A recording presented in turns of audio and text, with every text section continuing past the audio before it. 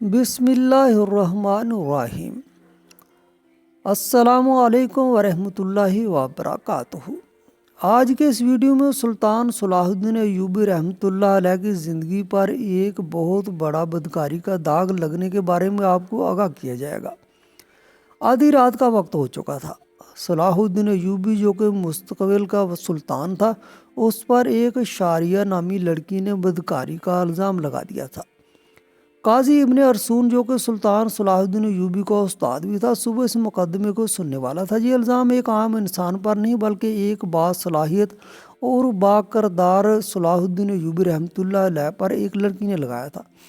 قاضی ابن ارسون بہت پریشان تھا کہ اگر میرے شاگرد پر لگایا گیا الزام ثابت ہوگا تو میری ساری زندگی کی تعلیم اور دی گئی تربیت پر پانی پھر جائے گا۔ قاضی نے وضو کیا اور جائے نماز پر اللہ کے حضور سجدے میں گر گیا اور دعا کرنے لگا، اے میرے مالک، تیرے باکردار اور نیک بندے پر مشکل وقت آ پڑا ہے، تو اس کی اپنی غیبی مدد فرما اور اس کے عزت کی حفاظت فرما۔ بے شک تو ہی عزت دینے والا ہے اور تو ہی ذلت دینے والا ہے۔ میرا دل نہیں مانتا کہ صلاح الدین ایوبی کسی کی طرف بری نظر بھی اٹھا کر دیکھیں، لیکن دوسری طرف شاریہ نامی لڑکی پورے وثوق سے صلاح الدین ایوبی پر اتنا بڑا الزام لگا رہی ہے۔ محترم ناظرین، یہ واقعہ کچھ اس طرح ہے کہ جب سلطان نور الدین زنگی اپنی سلطنت پر قائم و دائم تھے تو صلاح الدین ایوبی پر ایک شاریہ نامی لڑکی نے الزام لگایا کہ صلاح الدین ایوبی نے اسے اکیلے پا کر اس کے ساتھ زبردستی کرنے کی کوشش کی۔ تمام لوگ حیران تھے کہ صلاح الدین ایوبی اس طرح کا کام کر سکتا ہے کیا؟ کسی کو یقین نہیں آتا تھا۔ کوئی کچھ بات کرتا اور کوئی کچھ بات کرتا۔ اگلی صبح سلطان نور الدین زنگی کی موجودگی میں قاضی ابن ارسون نے یہ مقدمہ سننا تھا اور صلاح الدین ایوبی پر فرد جرم عائد ہونے کے بعد سزا سنائی جانی تھی۔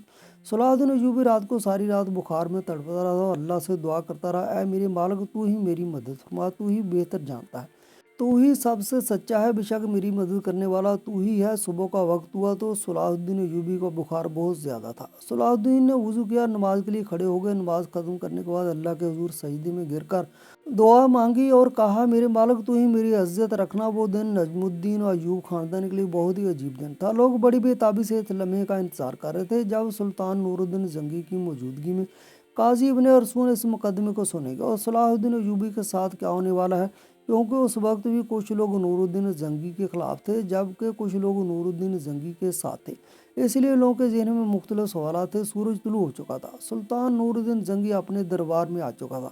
اس کے بائیں جانب قاضی ابن ارسون کا تخت تھا اور نیچے صلاح الدین ایوبی ہاتھ باندھے کھڑا تھا۔ تھوڑی دیر بعد قاضی نے فرد جرم پڑھ کر سنایا اور فرد جرم پڑھنے کے بعد قاضی صلاح الدین ایوبی سے مخاطب ہوا اور کہا کہ تمہیں اپنی صفائی میں بولنے کا پورا حق حاصل ہے۔ قاضی کی بات ختم ہوتے ہی صلاح الدین ایوبی رحمۃ اللہ علیہ نے قاضی سے مخاطب ہوتے ہوئے کہا، قاضی صاحب، جس لڑکی کو میں نے دیکھا تک نہیں، اس کے ساتھ کچھ برا کرنے کے بارے میں سوچ بھی کیسے سکتا ہوں؟ یہ سنتے ہی قاضی صاحب نے حکم دیا کہ شاریہ نامی لڑکی کو حاضر کیا جائے۔ جب وہ لڑکی دربار میں حاضر ہوئی تو لوگوں کی حیرت کی انتہا نہ رہی، کیونکہ اس لڑکی کا سارا جسم ڈھانپا ہوا تھا اور صرف آنکھیں وہ بھی بڑی مشکل سے دکھائی دے رہی تھی۔ صلاح الدین سمجھ نہیں پا رہا تھا کہ جس لڑکی کو میں نے دیکھا تک نہیں اور وہ مجھ پر اتنا گناؤنا الزام کیوں لگا رہی ہے؟ مجھ سے آخر ایسی کون سی غلطی سرزد ہوئی ہے جو اس لڑکی نے مجھ پر اتنا بڑا الزام لگا دیا؟ قاضی ارسون شاریہ نامی لڑکی سے مخاطب ہوا اور پوچھا، بتاؤ صلاح الدین ایوبی نے تمہارے ساتھ کیا کیا؟ اس لڑکی نے کہا کہ میں اپنا بیان پہلے دے چکی ہوں، مزید ایسی باتیں کر کے میں اپنی مزید عزت خوار نہیں کر سکتی۔ بخار بہت زیادہ تیز ہونے کی وجہ سے صلاح الدین کا چہرہ زرد ہو رہا تھا اور ہاتھ کانپ رہے تھے، زبان پر بھی لرزہ طاری تھا۔ دیکھ کر مجمع کو یوں لگ رہا تھا کہ سلطان صلاح الدین ایوبی بے قصور نہیں۔ سلطان نور الدین زنگی بڑے غور سے یہ سارا منظر دیکھ رہا تھا۔ پورے دربار میں سناٹا چھایا ہوا تھا۔ لوگ بڑے غور سے صلاح الدین ایوبی اور اس لڑکی کی باتوں کو سن رہے تھے۔